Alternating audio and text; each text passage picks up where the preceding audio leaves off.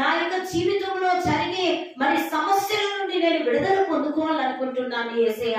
మరి నీ సన్నిధికి వచ్చాను ప్రభా.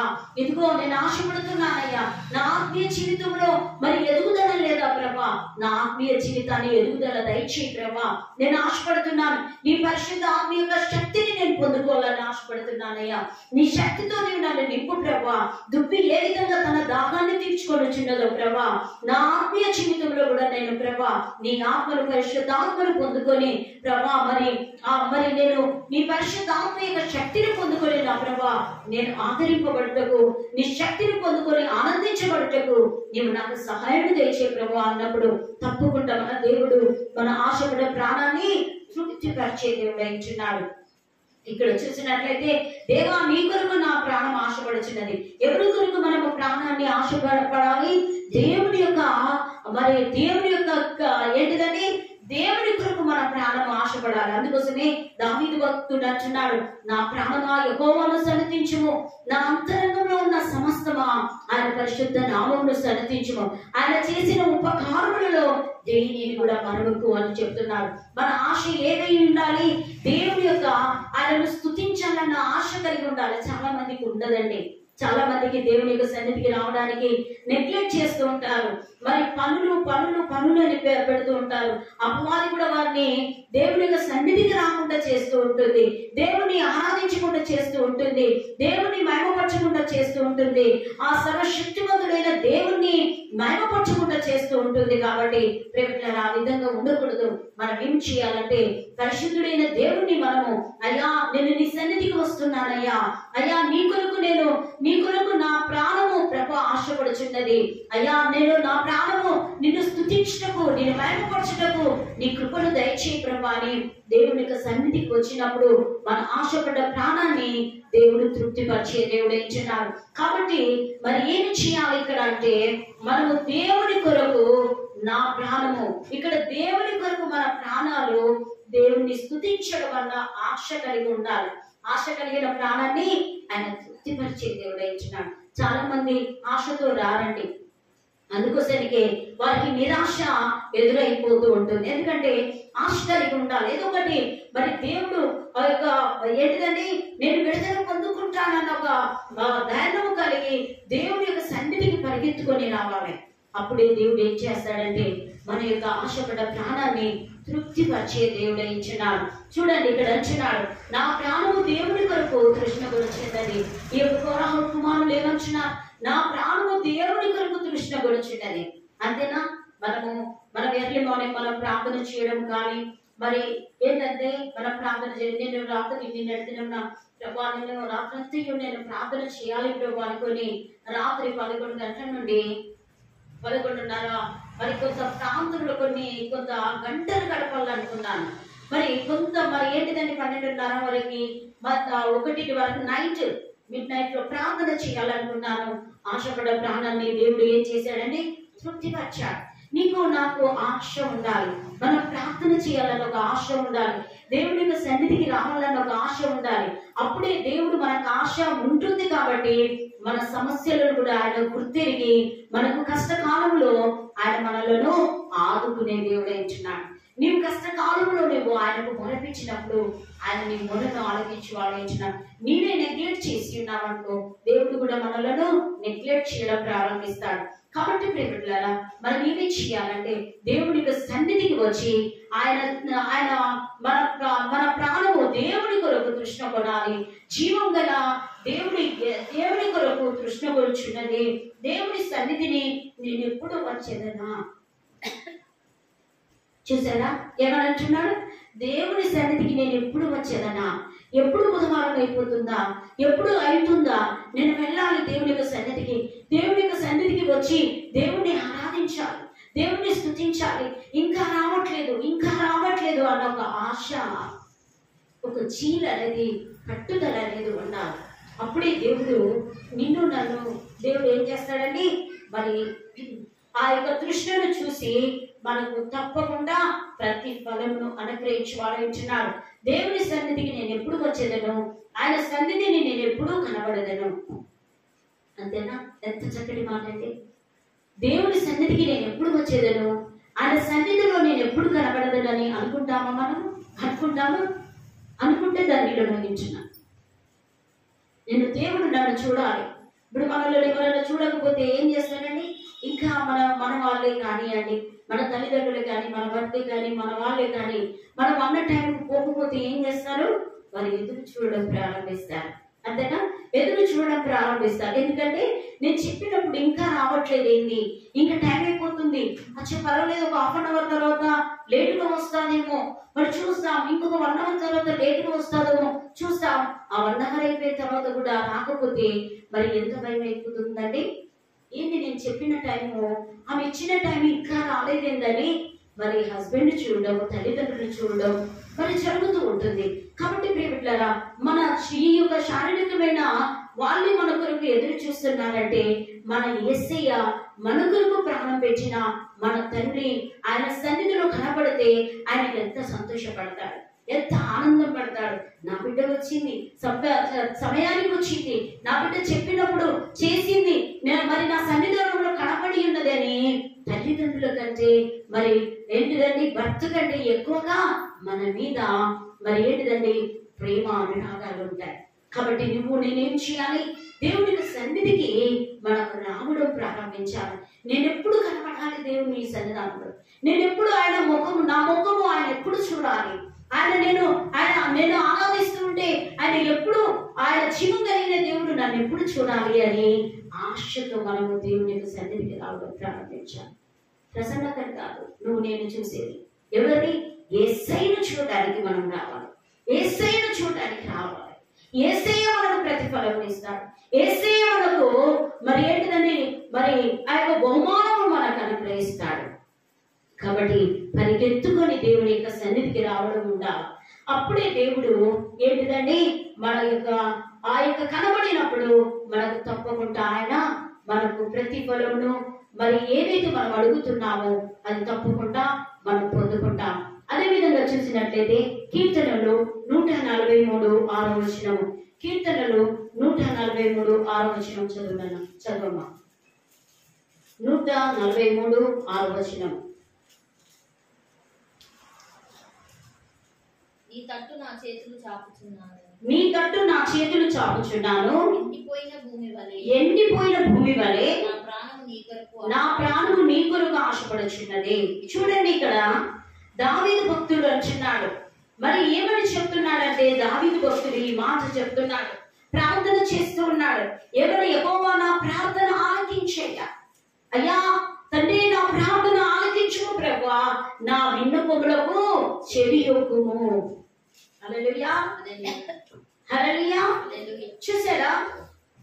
యెహోవా నా ప్రార్థన ఆలకించయ్యా, నా విన్నపములకు చెవి యొక్కుము. నీ విశ్వాస్యతను బట్టి, నీ నీతిని బట్టి నాకు ఉత్తరమిమ్ము. అంతేనా? ఆయన విశ్వాసులకు తండ్రి ఏంచున్నాడు. మరి నీ విశ్వాస్యతను బట్టి నాకు ప్రభువా నాకు ఉత్తరమిమ్మయ్యా. నేను నీ పాద సన్నిధానంలో విన్నపములు చేస్తున్నానయ్యా. నిన్ను నేను స్తుతిస్తున్నానయ్యా, నిన్ను నేను భయపరుస్తున్నానయ్యా. నువ్వు నాకు సహాయం దయచేయి ప్రభువా, నా ప్రార్థనను ఆలకించు ప్రభువా అని ఇక్కడ మరి దావీదు భక్తుడు చేస్తూ ఇంకొక మాట అంటున్నాడు. చూడండి, మరి ఎవరు చెప్తున్నాడు అని అంటే, అదేవిధంగా మరి నీ సేవకునితో వాచ్యమాడుకుము, సజీవులలో ఒకడును నీ సన్నిధికి నీతిమంతుడుగా ఎంచబడును. శత్రువులు నన్ను తరుముచున్నారు, వారు నా ప్రాణము నేల మరి పడగొట్టుచున్నారు. అయ్యా శత్రువులు తరుముచున్నారయ్యా, నా ప్రార్థన ఆలకించు ప్రభువా. అయ్యా నీవు నా తట్టు చూడు ప్రభువా. నీవు మరి నా పరిస్థితులు అదూరకంగా ఉన్నాయ్యా. అయ్యా నీవు మాత్రమే నా పరిస్థితుల నుండి విడుదలనిచ్చు వేయించున్నావయ్యా. నీవు నాకు సహాయం చేయయ్యా. నా శత్రువులు నన్ను తరుముచున్నారు ప్రభువా, నా ప్రాణము నేల పడగొట్టాలని చూస్తున్నారయ్యా. అయ్యా నీ కృపతో నన్ను జ్ఞాపకము చేసుకో అని ఆ యొక్క ఎవరండి దావీదు భక్తుడు ప్రార్థన చేస్తున్నాడు. చేస్తూ చిరకాలము క్రిందలు చనిపోయిన వారితో పాటు గాఢాంధకారంలో నన్ను నివసింప చేయుచున్నారు. అయ్యా నేను చిరకాలము క్రింద, ఇక్కడ చూడండి, చనిపోయిన వారితో పాటు గాఢాంధకారంలో నన్ను నివసింప చేయుచున్నారు. శత్రువులు ఏం చేస్తారండి? అగెనిస్ట్ గా ఉన్నవారు ఏం చేస్తారు, మనకి యాంటీగా ఉన్నవారు ఏం చేస్తారంటే మనం ఎప్పుడు చెడిపోవాలని చూస్తారు, మనం ఎప్పుడు బాగుపడాలని ఉండదు వారికి. ఎందుకంటే వారు మనకు యాంటీగా ఉన్నారు కాబట్టి. ఎందుకంటే వాళ్ళకి శత్రువులు మన మీద దాడి చేయడం ప్రారంభిస్తూ ఉంటారు. చూడండి, అదే టైంలో మనం దేవుని యొక్క సన్నిధికి రావడమే ఆ సమయంలోనే అపవాది ఆటంకం చేస్తూ ఉంటుంది. వాళ్ళ మీద ఉంది ఏమని, చర్చికి పోతుంది, చర్చికి పోకుండా చేయాలంటే ఏదో ఒకటి చేయాలి, అంతేనా, ఏదో ఒక గొడవ పెట్టాలి, ఏదో ఒకటి మాట అనాలి, ఏదో మనస్సుకు నొచ్చే మాట అంటే ఆమె ఏమైపోతుంది, మరి వారు ఏమైపోతారు, రాకుండా దేవుని సన్నిధికి రాకుండా అయిపోతారు. కాబట్టి ప్రియబిడ్డలారా, అపవాది చాలా కీర్తిపరుడే ఎంచున్నారు. ఆ విధంగా మనుషులను ఇబ్బంది పాలు చేయడం ప్రారంభిస్తారు. నువ్వు ప్రారంభించినప్పుడు నువ్వేం చేయాలి, దేవుని యొక్క సన్నిధానంలో వారు ఏ సాతాను శక్తులు ఆటంకం చేసినా కూడా, మరి ఎన్ని విధాలుగా మనుషుల ద్వారా నన్ను మనుషుల ద్వారా నన్ను మరి ఆపినా కూడా నేను ఆ విధంగా నేను ఆగను. నేను ఒక దేవుని యొక్క సన్నిధికి వెళ్తాను, ఆయన నేను స్తుతిస్తాను. ఎంతమంది శత్రువులు నన్ను ఏ విధంగా ఆటంకం చేసినా కూడా ఆయన సన్నిధిని నేను వదిలిపెట్టనన్నప్పుడు తప్పకుండా దేవుడు యోబుని దర్శించినట్లు, యోబు ఎన్ని కష్టకాలంలో వచ్చినా కూడా యోబు దేవుణ్ణి వదిలిపెట్టలే, ఆయన విశ్వాసమును వదిలిపెట్టలే. మరి దేవుడు తప్పకుండా నన్ను మరి దీవిస్తాడన్న ఒక నమ్మకము కలిగి, ఆయన విశ్వాసము కలిగి దేవుడు ముందుకు నడిచి ఉన్నాడు. కాబట్టి దేవుడు అతన్ని ఆశీర్వదించి ఉన్నాడు, రెండంతలుగా దేవుడు దీవించిన్నాడు. నిన్ను నన్ను కూడా రెండంతలుగా నీకు ఆశీర్వాదం కావాలంటే, నిన్ను శత్రువులు ఆపినా కూడా, నిన్ను ఎవరు ఆపినా కూడా నీవు దేవుని సన్నిధిని మర్చిపోకూడదు. దేవుని యొక్క సన్నిధికి పరిగెత్తుకొని రావాలి, దేవుని యొక్క సన్నిధికి పరిగెత్తుకొని దేవుని ఆరాధించడం ప్రారంభించాలి. అప్పుడు దేవుని సన్నిధానంలో నువ్వు కనబడినప్పుడు ఆయన సంతోషించడం ప్రారంభిస్తాడు. ఆయన నిన్ను సంతోషించి ఆయన అంటాడు, నా కుమార్తె నా సన్నిధికి వచ్చి ఉన్నది, నా కుమార్తె ఏదో అడుగుతూ ఉన్నది, నా కుమార్తెకు నేను తప్పకుండా ప్రతిఫలమును నేను అనుగ్రహిస్తాను, ఏదో అడుగుతుంది నేను తప్పకుండా ఇస్తానని తల్లిదండ్రుల కంటే మనలో ఎక్కువగా ప్రేమించి మన తండ్రి తప్పకుండా ఆయన అనుగ్రహించి వాడైతున్నాడు. చూడండి ఏమని అంటున్నాడంటే, కావున నా ఆత్మ నాలో కృంగిపోతున్నది. మన కష్టకాలంలో మనము దేవుల్లో ఉన్నప్పుడు కూడా మనకు కష్టాలు వస్తాయి, అంతేనా కాదా? అంటే కష్టాలు రావని, ప్రతి బిడ్డకు కష్టాలు రావని కాదు, ప్రతి ఒక్కరికి కష్టాలు వస్తాయి. మంచి అవుతుంది, చెడు కూడా వస్తూ ఉంటాయి. కాబట్టి మనము మంచి చెడు అన్నిటిని మనము ఏం చేయాలండి, అనుభవించాలి. హల్లెలూయా. మంచి మనకి వస్తుంది, చెడు కూడా మనకి వస్తుంది. అప్పుడు అమ్మ నాకు మంచి వస్తలేదు కదా ప్రభా, నేను నీలో ఉండను ప్రభా, నాకు అవసరం లేదు ప్రభా అని అంటామా? ప్రేమిట్లారా, మనము మన యొక్క ఆ విధంగా అనకూడదు. ప్రేమిట్లారా, మనము కృంగిపోకూడదు, ఆత్మలో కృంగిపోకూడదు. మనలోని ఎవరన్నా అన్నా కూడా ఏం చేయాలి, ప్రభా నీకంటే నాకు ఎక్కువ శ్రమలా, హల్లెలూయా, నీకంటే ఎక్కువగా నాకు బాధలా ప్రభా, నీ యొక్క శ్రమలలో నేను ఆవగించేంత కూడా పడట్లేదు ప్రభా. అయ్యా, మరి నేను నిన్ను ఆరాధిస్తాను, మరి నేను నిన్ను స్తుతిస్తాను ప్రభా, నేను నిన్ను మహిమపరుస్తాను. నా ఆత్మ నాలో కృంగిపోచున్నది, నా ఆత్మ నాలో కృంగిపోచున్నది. మరి కాబట్టి ప్రియమిత్రులారా, ఇక్కడ అంటున్నాడు ఏమనే, కావున నా ఆత్మ నాలో కృంగి ఉన్నది, నాలో నా హృదయము విస్మయం ఉందేను. ఆత్మ ఏమై ఉన్నదట, కృంగిపోతున్నదట. ఆత్మ ఏమైపోతుంది, కృంగిపోతున్నది. చాలా మంది మనలను అంటూ ఉంటే మనం ఏం చేస్తూ ఉంటాం, చాలా బాధపడడం జరుగుతూ ఉంటుంది, ఎందుకు చెప్పండి? మనలను నొచ్చుకునే మాటలు అన్నారనుకో, మనం ఏం చేస్తాం, చాలా బాధపడుతూ ఉంటాం. ఎందుకన్నారు వాళ్ళు ఇట్లా, ఏ దానికి అని. మనము దేవుని బిడ్డలం కాబట్టి మన యొక్క మనస్సు ఏమైపోతుందండి, గాయమైపోతుంది, మన మనసు కృంగిపోతూ ఉంటుంది. వాళ్ళ అన్న మాటలను మనసుకు తెచ్చుకోకూడదు. హల్లెలూయా.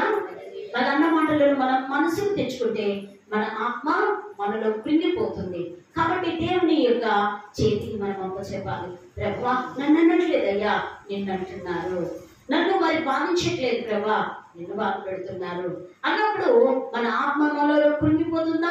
శత్రువులు ఈయనను మరి ఏంటిదండి, శత్రువులు ఆయనను తరుముచున్నా కూడా ఆయన ఏమంటున్నాడు, దేవుని స్తుతించడం ప్రారంభించాడు, దేవుణ్ణి ఆరాధించడం ప్రారంభించాడు. ఇక్కడ అంటున్నాడు, నాలో ఆత్మ నాలో కృంగి ఉన్నదయ్యా, నేను వీరి శత్రువులను ఈ విధంగా చుట్టుముట్టి నన్ను పడగొట్టి నన్ను ఈ విధంగా చేయాలనుకుంటున్నారు, నన్ను అగాధములో నివసింప చేయాలనుకుంటున్నారు. అయినా ప్రభా నీ తట్టు నా హృదయము నా ఆత్మ నాలో కృంగిపోయినా కూడా నాలో నా హృదయము విస్మయం ఉందనంటే ఏంటిదండి? విస్మయం ఉందనంటే ఏమంటారు అంటే మరి విస్మయం ఉందేను అంటే సంతోషించెను, ఏమీ బాధపడట్లేదు. ఇక్కడ చూసినట్లయితే పూర్వదినములు జ్ఞాపకము చేసుకొని వచ్చున్నాను. మరి ఇక్కడ చూసినట్లయితే మరి పూర్వదినములు జ్ఞాపకము చేసుకొని వచ్చున్నాను, నీ క్రియలన్నీ ధ్యానించుచున్నాను. దేవుడు చేసిన క్రియలను బట్టి నీవు దేవుని ధ్యానించడం ప్రారంభించాలి, దేవుని ఆరాధించడం ప్రారంభించాలి, దేవుణ్ణి ఆరాధించడం ప్రారంభించాలి. ఇక్కడ చూసినట్లయితే ఏమని అంటున్నాడంటే చూడండి, మరి నీవే నీ చేతుల పని, మరి ఇక్కడ చూడండి, పూర్వదినములు జ్ఞాపకం చేసుకొనిచున్నాను, నీ క్రియలన్నీ ధ్యానించుచున్నాను. పూర్వదినములు నువ్వు ఏ విధంగా చూసుకున్నావో నేను అవన్నీ జ్ఞాపకం చేసుకొనిచున్నానయ్యా. మరి నేను ప్రభువా ఇంకేమంటున్నాడు, మరి నీ క్రియలన్నీ ధ్యానించుచున్నాను. మనం ఏం చేయాలి? దివారాత్రులు దేవుని ధ్యానించువాడు ధన్యుడు, అతడు నీటి కాలంలో యోరును నాటబడినదే ఆకుమాడక తన కాలమందు ఫలమిచ్చు చెట్టు వలె ఉంటాడట. ఎప్పుడు నీవు దేవుణ్ణి దివారాత్రులు ధ్యానించాలి.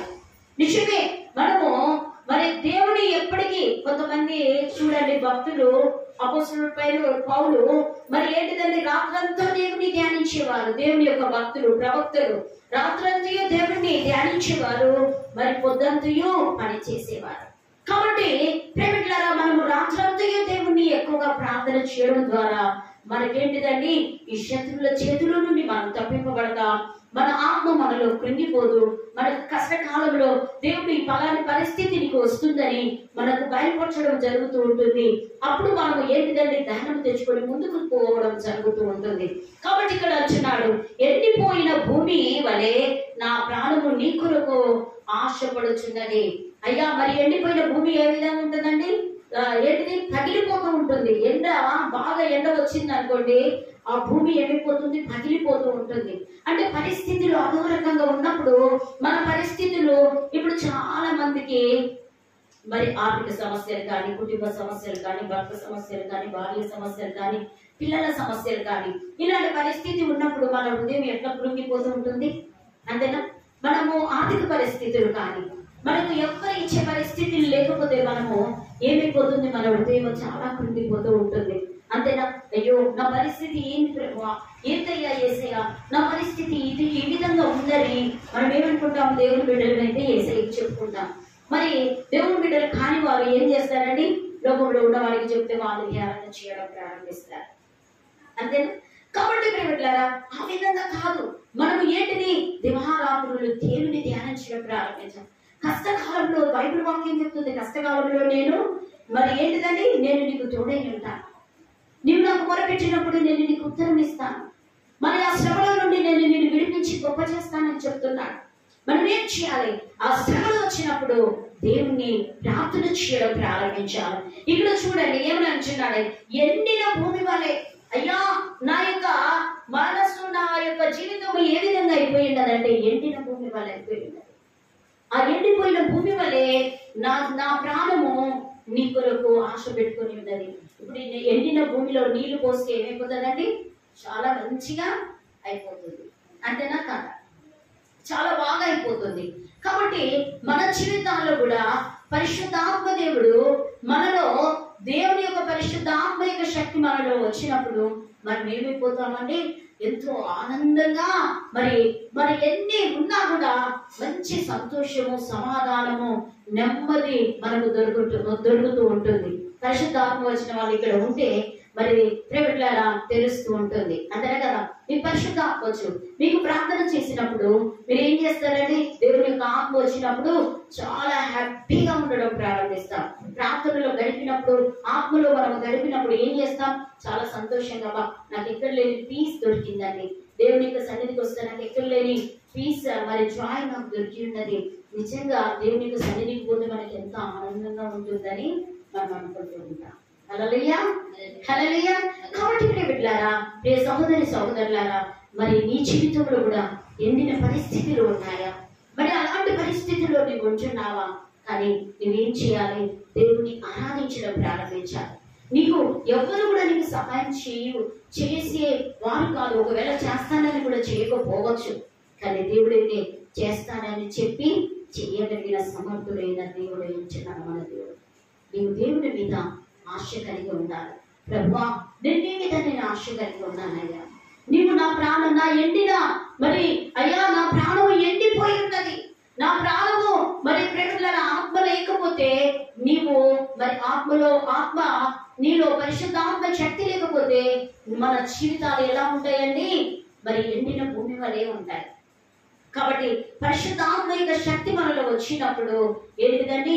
నీరు తోట కట్టిన నీరు వలె ఉంటూ ఉంటుంది. కాబట్టి ఆ విధంగా ఇక్కడ ఈ దావీదు ప్రార్థన చేస్తున్నాడు. ఎండిన భూమి వల్ల నా ప్రాణం నీ కొరకు ఆశపడుచున్నది. అయ్యా, నువ్వు చేస్తావని నేను ఆశపడి ఉన్నానయ్యా. మరి ప్రభువా, నీవు ఈ ఎండిన భూమిని మరి చిగురింప చేస్తావని నేను ఆశపడి నీ కొరకు నేను కనిపెట్టుచున్నాను ప్రభువా అని దావీదు భక్తుడు అంటున్నాడు. కాబట్టి ప్రేమికులారా, మన జీవితంలో కూడా దావీదు లాంటి పరిస్థితులు వచ్చి ఉన్నాయా? అలాంటి పరిస్థితులు వచ్చినప్పుడు దేవుడి వైపు చూడాలి. దేవుడి వైపు చూసి ప్రభువా, నా పరిస్థితుల నుండి విషమించకుండా మరి ఏంటిదయ్యా, నీవు నాకు సహాయములు దయచేయండి. నీవు నన్ను దీవించు ప్రభువా, నీ కృపలో నన్ను భద్రపరచుకో ప్రభువా అని దావీదు వలె ప్రార్థన చేసినప్పుడు దావీదు ప్రార్థన ఆలకించిన దేవుడు నా ప్రార్థన ఆలకించి వాడైంచున్నాడు. యోహాను సువార్త 4వ అధ్యాయము 10వ వచనం చూసుకుందాం. యోహాను సువార్త 4వ అధ్యాయము తీయండమ్మా. యోహాను సువార్త 4వ అధ్యాయము 10వ వచనం. ఇక్కడ చూసినట్లయితే మొదటి వచనం నుండి చూద్దాము. యోహాను కంటే 10వ వచనం చదువు. అందుకు యేసు, నీవు దేవుని వరము నాకు దానమీయమని నిన్ను అడుగుతున్న వాడెవడు? అది ఎరుగయుంటి నీవు ఆయనను అడుగుదు. చూడండి, ఇక్కడ చూసినట్లయితే ఇక సమరయ్య, ఇక్కడ 4వ వచనం నుండి మనం చదువుకుందాం. ఆయన సమరయ్య మార్గంలో వెళ్ళవలసి వచ్చాను గనుక యాకోబు తన భావి తన కుమారుడైన యోసేపుకి ఇచ్చిన భూమి దగ్గర ఉన్న సమరయ్యలోని సుకాలను ఒక బావి ఊరి మరి సుకాలను ఒక ఊరికి వచ్చాను. అక్కడ యాకోబు బావి ఉండేది కనుక యేసు ప్రయాణం వలన అలసి ఉన్న రీతి, ఇక్కడ యేసు ప్రయాణం వలన అలసి ఉన్న రీతి ఎంచున్నారు. ఇక్కడ అలసిపోయి ఉన్నాడు. ఆ యొక్క సుఖాలనే భావి యుద్ధకు వచ్చి మరి చూడండి ఆయన ఏ విధంగా ఉన్నాడంటే అలసిపోయి ఉంటారు. చాలా మంది జీవితాల్లో కూడా అలసిపోయి ఉంటారు. చాలా మంది జీవితాల్లో ఏమైపోయి ఉంటుందమ్మా? అలసిపోయి ఉంటారు. ఎందుకంటే ఇప్పుడు మనము పని చేసి చేసి చేసి ఏం చేస్తామంటే అలసిపోతాం, అంతేనా? మనం ఏం చేస్తాం? పని చేసి చేసి అలసిపోయి ఉంటాం. ఎందుకంటే చాలా కష్టం అయిపోతుంది. ఎక్కువగా పని చేస్తే మనము అలసిపోతామా? పోమా? అంతేనా? మనము ఇంకా మనకంటే ఎక్కువగా చేసుకున్నాం అనుకో పని, ఏమైపోతుంది? అలసిపోతాం. ఇప్పుడు యేసయ్య కూడా అలసిపోయి ఉన్నాడట. ఏమై ఉన్నాడట? అలసిపోయి ఉన్నాడు. ఆ ఊరికి సుఖమైన ఊరికి వచ్చి ఉన్నాడు. ఆ ఊరికి వచ్చాను. అక్కడ బావి యాకోబు బావి ఉండేను కనుక యేసు ప్రయాణము వలన అలసి ఉన్న రీతి ఆ బావి యొద్ద కూర్చుండేను. అలసిపోయి వచ్చి ఆ బావి యొద్ద ఎవరు కూర్చున్నారండి? చెప్పాలి, నన్ను చూడాలి. ఎవరు కూర్చున్నారు బావి యొద్ద? ఎవరు కూర్చున్నారు? యేసయ్య కూర్చున్నాడు. అలసిపోయి ఉన్నాడు. నీ జీవితంలో కూడా ఏదైనా విషయంలో అలసిపోయి ఉన్నావా? నీ జీవితంలో కూడా ఏదైనా అలసిపోయి ఉన్నావా? అయ్యో, మరి నా పరిస్థితి ఈ విధంగా ఉంది, మరి ఎలా నేను అనుకుంటున్నావా? యేసయ్య కూడా ఆ సుఖాలనే బావి దగ్గర అలసిపోయి కూర్చొని ఉన్నాడు. కూర్చొని ఏమని చెప్తున్నాడమ్మా? ఆ బావి యొద్ద కూర్చుండేను. అప్పటికి ఇంచుమించు ఏం టైం అయిపోతుందన్న? 12 మధ్యాహ్నం 12 అవుతుంది. ఆ 12 గంటల్లో ఆ సుఖ కూర్చొని యాకోబు బావి యొద్ద కూర్చొని ఉన్నాడు. ఎందుకు? అలసిపోయి ఉన్నాడు కాబట్టి కూర్చొని ఉన్నాడు. అక్కడ కూర్చొని ఉన్నాడు, అలసట తీర్చుకుంటున్నాడు. మరి ఇక్కడ చూడండి, ఆ యొక్క మరి కూర్చొని ఉండడు ఇంచుమించు 12 గంటలు ఆయను. సమరయ స్త్రీ ఒకటి నీళ్లు చేదుకున్నట్టుకు అక్కడికి రాగా యేసు నాకు దాహమున కిమ్మని ఆమెను అడిగాను. ఇక్కడ చూడండి ఎవరు వచ్చారండి? ఈ సమరయ స్త్రీ అట. మరి ఏంటిదట? ఈ సమరయ స్త్రీ ఒకటి నీళ్లు చేదుకున్నట్టుకు వచ్చిందని. ఈ సమరయులు మరి యూదులకు సాంగత్యం ఉండదు, సమరయులకు యూదులకు సాంగత్యం ఉండదు, మరి భక్తిహీనులకు నీతిమంతులకు సాంగత్యం ఉండదు. అంతేనా కాదా? ఎందుకంటే మరి లోక సంబంధులకు దేవుని బిడ్డలకు చాలా తేడా ఉంటుంది. అంతేనా?